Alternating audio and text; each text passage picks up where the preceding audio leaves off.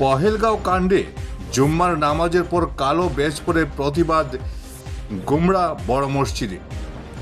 পহেলগাঁও কাণ্ডে গতকাল জুম্মার নামাজের পর কালো ব্যাজ পরে প্রতিবাদ জানানো হয় গুমরা বড় মসজিদে। এই ঘটনার সঙ্গে জড়িতদের কঠোর শাস্তি দাবি করেন তারা। জঙ্গি হামলায় নিহতদের পরিবারের প্রতি সমবেদনা জানান তারা। Bureau report, Barak vision. অত্যন্ত দুঃখ নিয়ে বিশেষ করে আমরা মুসলমান জাতি আজ জুম্মার নামাজ কালো ব্যাজ পরে আদায় করেছি। কারণ হলো আমরা সবাই জানি গতদিনে কাশ্মীরের পহেলগাঁওয়ে যে বর্বর হত্যাকাণ্ড হয়েছে, যে 27-28 জন নিরীহ নিরপরাধ মানুষ শহীদ হয়েছেন। আমরা সর্বপ্রথম ওনাদের পরিবার পরিজনদের প্রতি সমবেদনা জানাই। এই দুঃখের সময় আমরা ওনাদের পাশে আছি।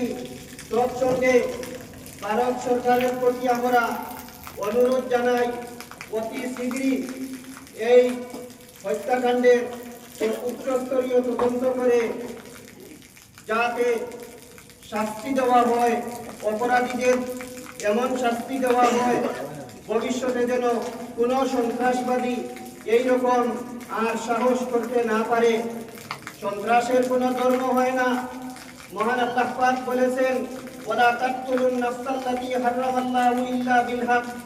কুরআনে কারীমে আল্লাহ পাক ঘোষণা দিয়েছেন, কোনো নিরপরাধ মানুষকে যেন হত্যা করা না হয়। যারা এই হত্যাকাণ্ড চালিয়েছে ওদেরকে ইসলামের গণ্ডির ভিতরে রাখা যায় না। কোনো নিরপরাধ মানুষকে হত্যা করলে ইসলামের গণ্ডির ভিতরে আর রাখা যায় না। তাই ধর্মের বিষয়ে বিবেচনা না করে যারা এই হত্যাকাণ্ড চালিয়েছে ওদেরকে কঠোর থেকে কঠোরতম শাস্তি প্রদান করার জন্য আমরা আজ গুমরা বড় মসজিদে শত শত মুসল্লি নামাজ শেষে ভারত সরকারের প্রতি আমরা অনুরোধ করছি, যাতে উচ্চস্তরীয় তদন্ত করে কঠোর শাস্তি দেওয়া হয়। ভবিষ্যতে যেন এইরকম আর কোনো সন্ত্রাসী কাণ্ড ভারতবর্ষে না হয়।